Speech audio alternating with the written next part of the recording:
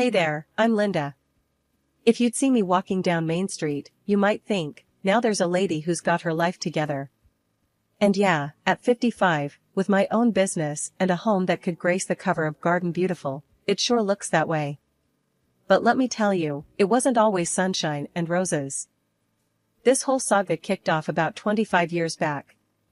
I was 30, fresh off the loss of my folks. They were good people, loved me to bits, being their only kid and all. They left me the family farm and our old house. A sweet deal for some, but for me, it was a mix of a blessing and a curse. One day, I was out in the fields, checking on the crops, when Mike, my neighbor, hopped over the fence. Mike was as rugged as they come, with hands that told tales of hard work and a smile that could light up the darkest days. "Hey, Linda. You plan on running this place all by yourself?" he called out, wiping the sweat off his brow with the back of his hand. I shrugged, trying to look more confident than I felt. "Guess I have to, don't I? Can't let this all go to waste." Mike leaned on the fence, his eyes scanning the horizon. "Your folks did a hell of a job with this land. You need a hand, you know where to find me." "Thanks, Mike. I might just take you up on that," I replied, offering him a smile. That was the thing about our little community, we had each other's backs. But deep down, I knew if I was going to keep this farm afloat, I needed more than casual help. I needed a partner, in every sense of the word. Enter Michael, or as I liked to call him, my saving grace. He was a city boy, looking for a slice of country life, and boy, did we hit it off. One minute we were talking crop rotations, and the next, we were planning our life together. One evening, after a long day's work, we sat on the porch, our hands intertwined, watching the sun dip below the horizon. "Linda, this place, it's got potential. With a bit of elbow grease, we could really make something of it," Michael mused, his voice full of hope. I leaned my head on his shoulder. "I know. It's just daunting, you know? It's not just a farm, it's my legacy." He turned to me, his gaze serious. "And it's our future. I'm in this with you, every step of the way." That's how our journey began. Together, we poured our hearts and souls into the farm. It wasn't easy, far from it. Life on the farm with Michael was like riding a roller coaster without any brakes, thrilling, terrifying, and utterly unpredictable. Then David came along, and suddenly, the stakes were higher than ever. He was our little miracle, the kind of baby that could make the hardest farmer melt into a puddle of goo with just one toothless grin. Michael was over the moon, but he was also practical to a fault. One night, a few weeks after David's arrival, we were sitting in the dim light of our living room, the baby finally asleep after what felt like an eternity of fussing. "Linda, you're spoiling the boy," Michael began, his voice low, trying not to wake David. "He needs to learn the value of hard work, just like we did." I'd brush off his comments, too caught up in the love I had for our son. "He's just a child, Michael. There's plenty of time for all that." But Michael was right. In my desire to give David everything, I might have given him too much of the wrong thing. It was a lesson I'd learned the hard way, but back then, I was too blinded by love to see it. Those early days turned into months, and months into years. David grew like a weed, and with every inch, he seemed to gain a new spark of curiosity about the farm. Michael was in his element, teaching David how to care for the animals and the crops. I watched them, my heart full, even as a small part of me worried we were setting him up for a life of hard labor. "Mom, look!" David would shout, running towards me with a new discovery, a frog or a particularly shiny rock. His eyes were always so full of wonder, it was contagious. "I see, honey. That's amazing." I'd respond, matching his excitement, even when I was dead on my feet from the day's work. But it wasn't all sunshine and play. The farm demanded a lot from all of us, and there were days when the tension ran high. Michael and I would sometimes clash over the smallest things, the stress of the harvest or a sick animal, turning into a much bigger argument. David's laughter became the soundtrack of our lives, a constant reminder of what we were working so hard for. And even on the toughest days, when the crops were failing or the bills were piling up, one look at our son's smiling face was all it took to remind us why it was all worth it. Then, tragedy struck. Michael fell ill, and despite a fierce battle, we lost him. It gutted me. I tried to keep things together, but grief has a way of eating at you, and I found comfort in food more than I should have. I was a shadow of my former self, lost in sorrow and stress eating my way through the days. When David came back home, fresh out of college, he didn't come alone. He brought his wife, Liz, who carried herself with an air that said she'd rather be anywhere but here. The moment they stepped through the door, I could feel the judgment hanging in the air, thick and suffocating. David didn't waste any time. "Mom, what's happened to you? This isn't okay. You've let yourself go." His words stung, a harsh reminder of how far I'd fallen. I wanted to lash out, to tell him he had no idea what I'd been through, but the look of disappointment in his eyes silenced me. Liz's gaze was even worse, full of disdain as she scanned the room, her nose wrinkled as if she'd smelled something foul. "We're actually going to live here," she whispered to David, loud enough for me to hear. Despite everything, they agreed to stay. "But things are going to change around here," David declared, a tone in his voice that brooked no argument. In my heartache and loneliness, I clung to the hope that having my son home would help heal the gaping wound left by Michael's passing. So, when David suggested he take over the legal management of the farm, I didn't hesitate.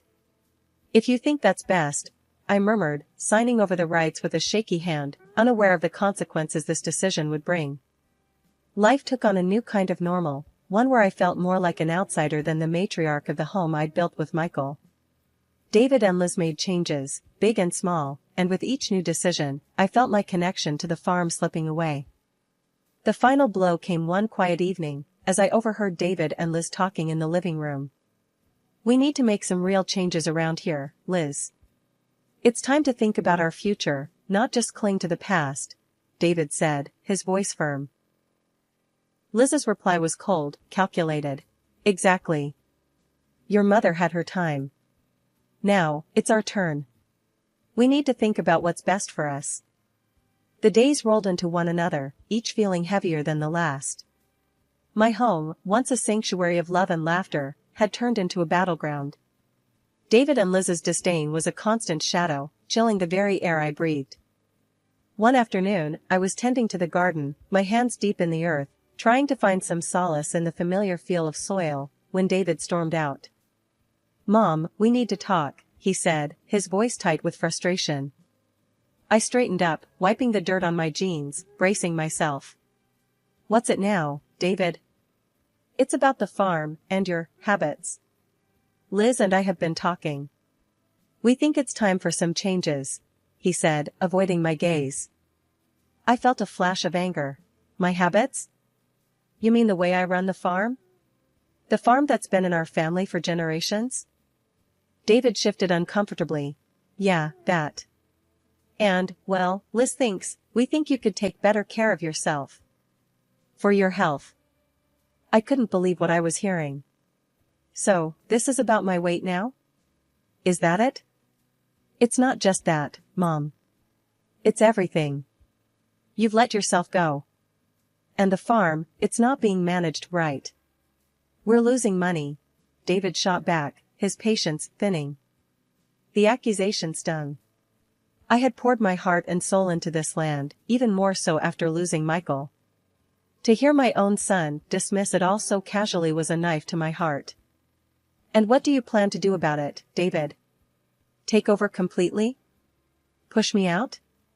My voice was sharp, laced with hurt and anger. David sighed, running a hand through his hair. "I don't know, Mom. But something's gotta give.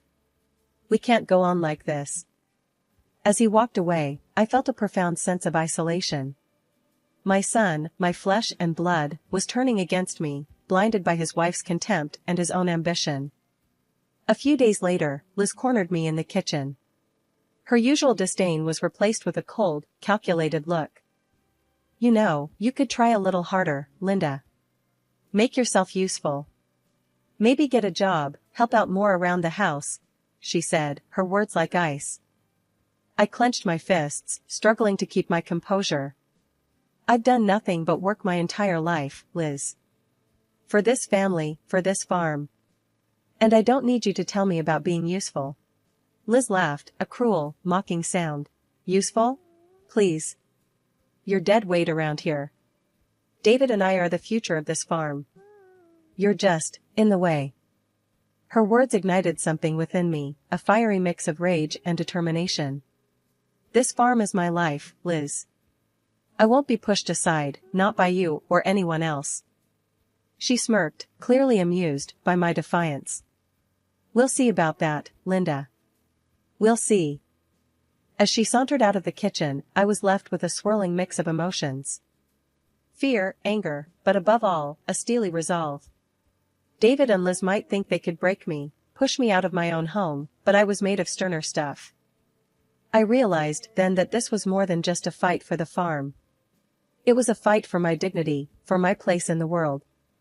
I wasn't going to let them win. Not without a fight.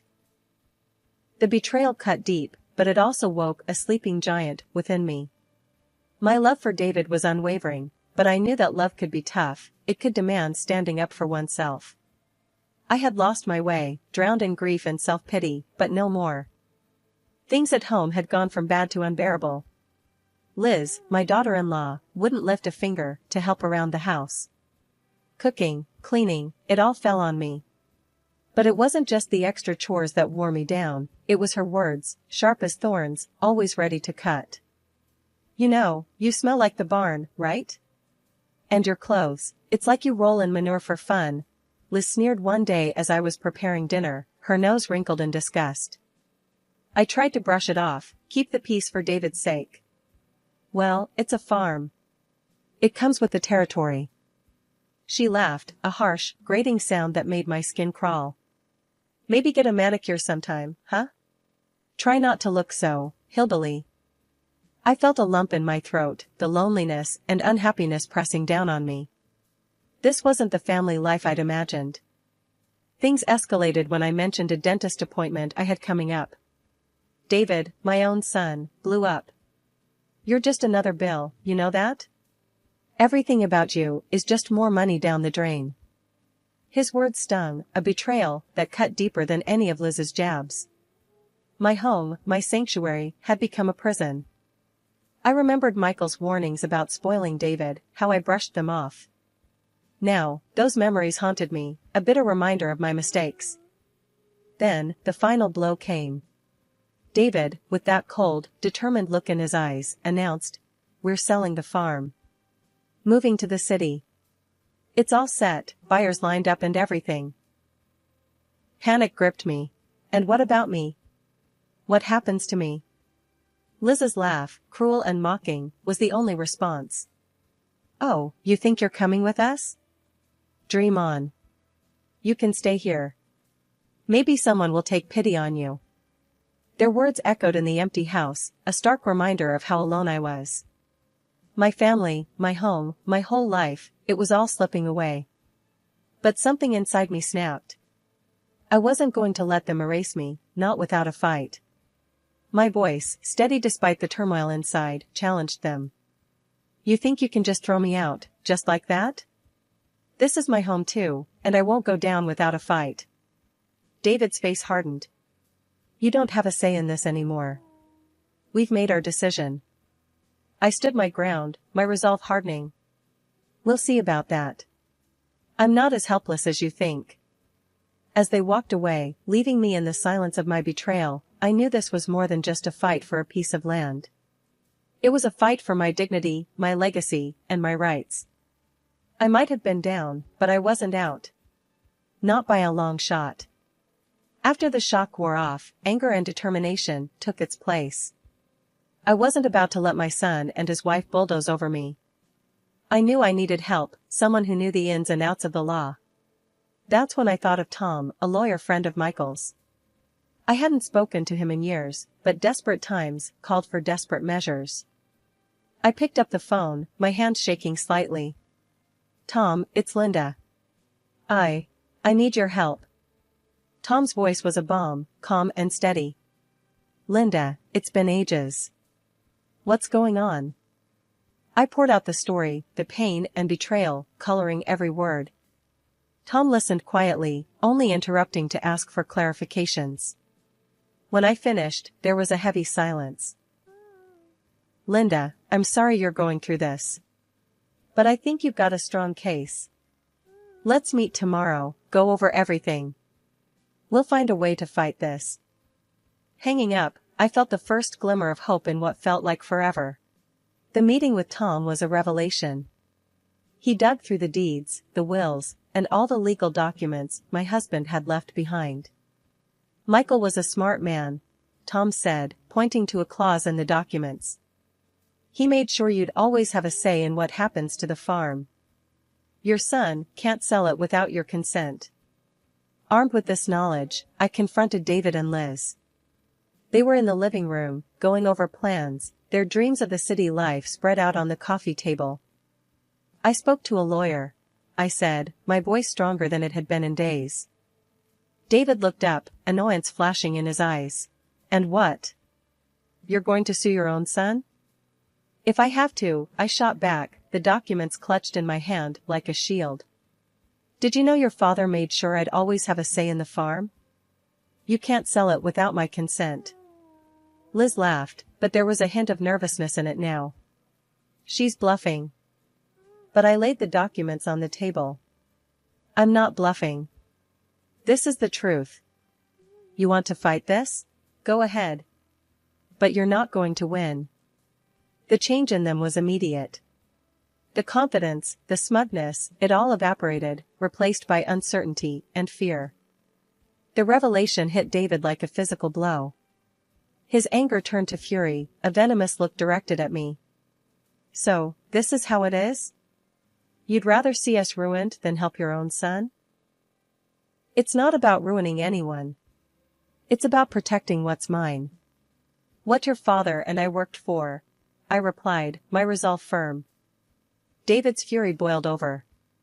All you care about is this farm. Not me, not us. You know what? We don't need you. We don't need any of this. Liz joined in, her words laced with venom. Yeah, we thought we could use the money, but if this is how it's going to be, forget it. We're better off without you. Their insults stung, a bitter pill to swallow. But as they stormed out, leaving me standing alone, but resolute, a weight lifted off my shoulders. The realization hit hard, David's love had been conditional, tied to what he could gain from me. The house was silent after they left, a stark contrast to the chaos of the confrontation. But in that silence, I found strength. I had stood up for myself, for Michael's legacy, and though the future was uncertain, I felt a sense of peace. With David and Liz gone, the silence of the farm wasn't as oppressive as I feared, it felt like a clean slate. The first few weeks were tough, not gonna lie. Waking up to the vast, empty house felt eerie, but also sparked something in me I hadn't felt in years, freedom. I started with the garden, Michael's favorite spot. It was overgrown, a wild tangle of weeds and memories. As I dug into the earth, clearing away the neglect, I felt closer to him than I had in a long time. Tom dropped by one afternoon, a surprise visit. He found me in the midst of my gardening, hands dirty, hair a mess. Making progress, I see, he said, a warm smile on his face. I stood up, brushing the dirt off my jeans. Trying to. It's good to see you, Tom. Wasn't expecting company. He helped me up, his hand steady. I figured you might need some cheering up. Plus, I wanted to see how you're holding up.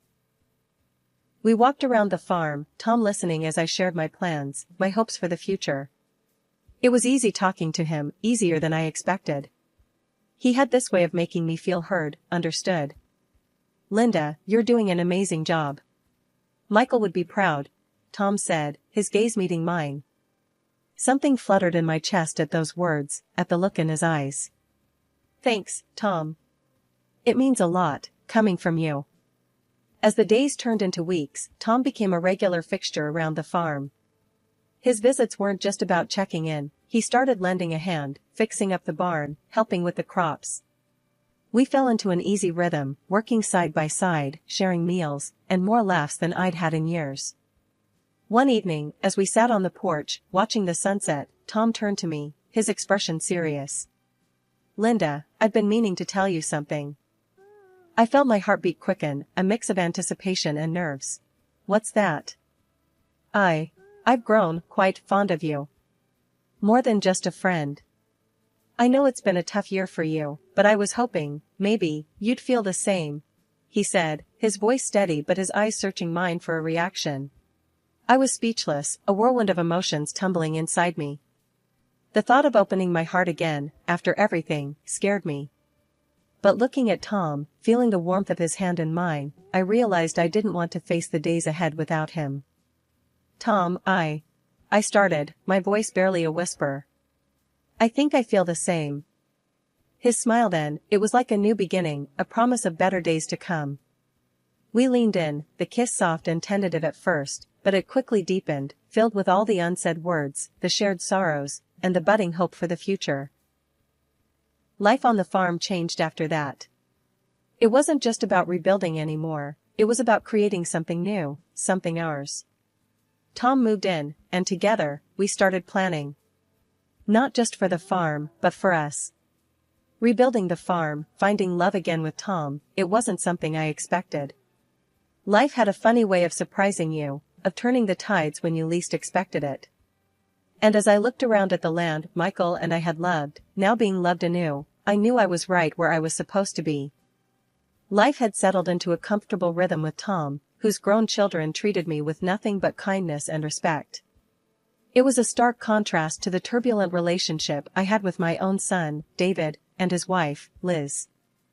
One afternoon, as I was tending to the flowers that Tom and I had planted together, my phone rang.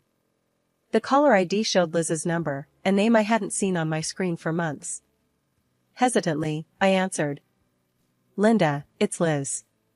Listen, we need your help," she blurted out, skipping any pretense of pleasantries. I took a deep breath, bracing myself. "What's wrong?"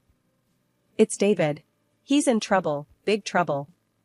He's being charged with fraud. We need money for a good lawyer." Her voice was desperate, but I detected an underlying expectation, as if my agreement was a foregone conclusion. The news hit me hard, not because of the charges, somehow, I wasn't surprised, but because they had the audacity to ask for my help after everything. "Liz, I can't. David needs to take responsibility for his actions. I won't bail him out." There was a pause on the line, and then Liz's voice turned cold, venomous. "I should have known. He was right about you, always so stupid and narrow-minded. You never cared about us, only about yourself." Her words stung, but my resolve didn't waver. "Liz, that's enough. I've done all I can for you too. It's time for David to face the consequences of his actions." Without waiting for her response, I ended the call, my hand shaking slightly as I placed the phone back on the table. The silence that followed was heavy, filled with the weight of 1,000 unspoken words and what-ifs. Tom found me on the porch later, the sunset casting long shadows over the yard. He sat beside me, his presence a comforting warmth. "Everything all right?" he asked, his voice laced with concern. I sighed, leaning into him. "It's David. He's in trouble again. But this time I made the decision not to help. It's hard, Tom, but I know it's the right thing to do." Tom wrapped an arm around me, pulling me closer. "You're a strong woman, Linda. Stronger than you give yourself credit for. You've done all you can. It's up to David now." As we sat there, watching the day give way to night, I reflected on the journey that had brought me here. The heartaches, the betrayals, but also the love, the growth, and the understanding that sometimes, the hardest decisions are the ones that ultimately save us.